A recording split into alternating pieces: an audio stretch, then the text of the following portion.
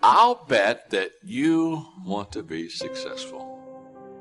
In fact, I will also wager that you have spent a lot of times asking yourself the question, how can I be successful? What is success?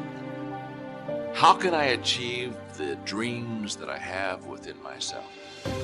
And I just want to begin this talk by congratulating you, because if those are questions you've asked, if those are thoughts that you have gone through your mind, I want you to know that you have probably within you a restlessness and a potential that says to me that you have not yet achieved your maximum success. You have not yet probably arrived to your greatest potential.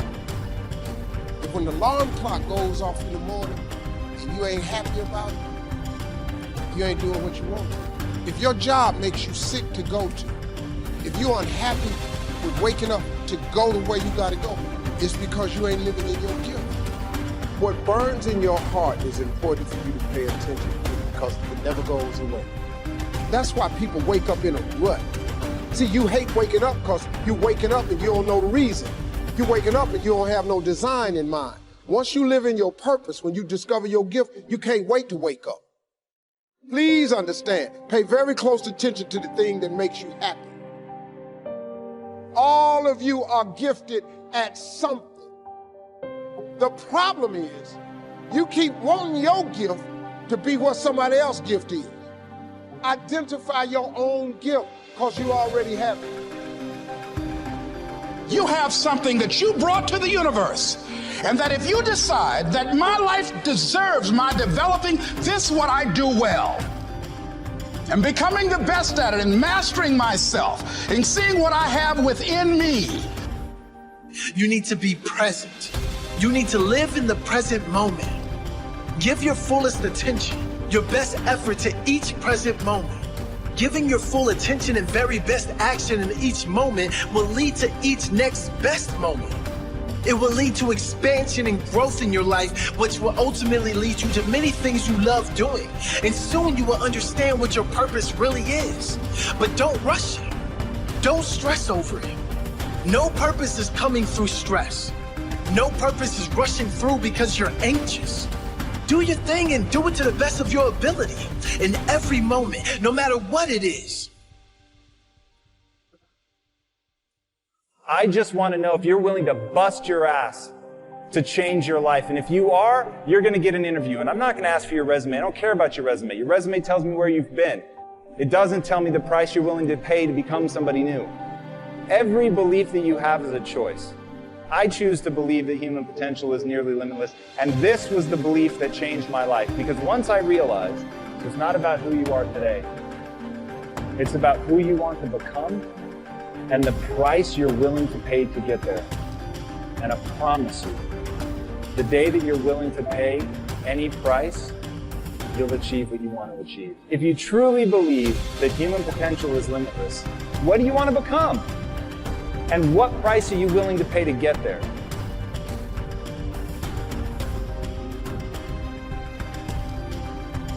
Somebody talks about good health and you're stirred. Right. You need to get a book on nutrition. Get the book before the idea passes and before the emotion gets cold. Go for the book. Start the library. Start the process. Fall on the floor. Do some push-ups. Action. Got to take action. Otherwise, the wisdom is wasted. Otherwise, the emotion soon passes. Unless you put it into a disciplined activity. Capture it. Disciplines is called how to capture the emotion and how to capture the wisdom and translate it into equity. Disciplines. Now, here's what's important about disciplines. All disciplines affect each other. In fact, here's a good philosophical phrase. Everything affects everything else. Nothing stands alone. Don't be naive in saying, well, this doesn't matter. I'm telling you, everything matters. There are some things that matter more than others, but there isn't anything that doesn't matter.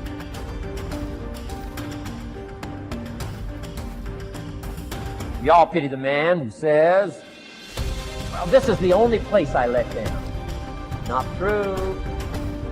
Key to take home. Every letdown affects the rest of your performance. Every letdown affects the rest. This is part of the educational process on personal development. You don't take the walk around the block, you probably won't do the apple a day. If you don't do the apple a day, you probably won't start building your library.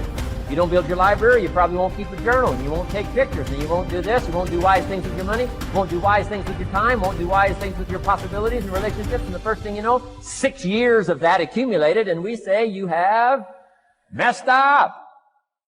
So the whole key to reversing that process now is to start picking up these disciplines. Now here's the positive side. Every new discipline affects the rest of your disciplines. Every new one affects the rest. That's why action is so important. The least action, the smallest action. Take it. Because when you start accomplishing and the value starts to return from that one action, it'll inspire you to do the next one and the next one and the next one. You start walking around the block, it'll inspire you to get an apple. Get an apple, it'll inspire you to get a book. Get a book, it'll inspire you to get a journal. Get a journal, it'll inspire you to grow, develop some skills. All disciplines affect each other. Every lack affects the rest. Every new affects the rest. The key is to diminish the lack, set up the new, and you've started a whole new life process. Fear is so real. In fact, there are probably things that you're afraid of doing right now in your life, in your relationships, at work. And the fact that you're afraid, that's robbing you of all of the experiences that you want to have in your life. I mean, if you're afraid to fly, that's going to limit your ability to travel and see the world or go visit friends. If you're afraid of public speaking, that's going to really limit your ability to express yourself and share your ideas. If you're afraid of talking to your boss or asking for a raise, that directly impacts how much money you make. Or what if you are dreaming of starting a business, or you've already started a new business, but you're afraid to talk to people, and you're afraid to share your business with people? I mean, fear is something that stops us all. Fear is real. You can't control the feelings that are going to rise up in your body when you're on a plane, or when you're talking to your boss, or when you see somebody that's attractive and you really want to go over and talk to that person. But you can always control what you think, and you can always make a decision about the actions you're going to take. Decide what you want, and then act as if you already had it. Decide what you want and act as if it was already yours. Now, the reason we can act thinking that it's already ours is because not only can we vision the end results, we can also vision the beginning of making it.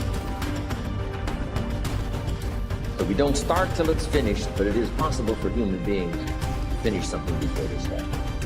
Human beings are the only life on earth that has this incredible capacity to change the course of your life. No other life form can do that. Every other life form except humans seems to operate simply by instinct and the genetic code. Human beings can alter the course of their life. Someone says, don't you have to do the second 6 years like you did the first 6 years? And jot this down. No, you don't have to live the second 6 years like the first 6. You can use all the information and all the advice and repairing all of your mistakes and adopting a new and refined philosophy so that the next 6 years can be totally different than the last 6. No other life form can do this. See, if you were a tree, you'd be stuck. As a tree, if you used up all the nourishment that was around you and you couldn't change location, see, you would die. But that's not true. Human beings can change location, go north, south, east, west, live here for a while, live somewhere else for a while. So that's a note to make. You can greatly alter the course of your life. Hire on the basis of competence, using objective tests, and let the cards fall where they're going to.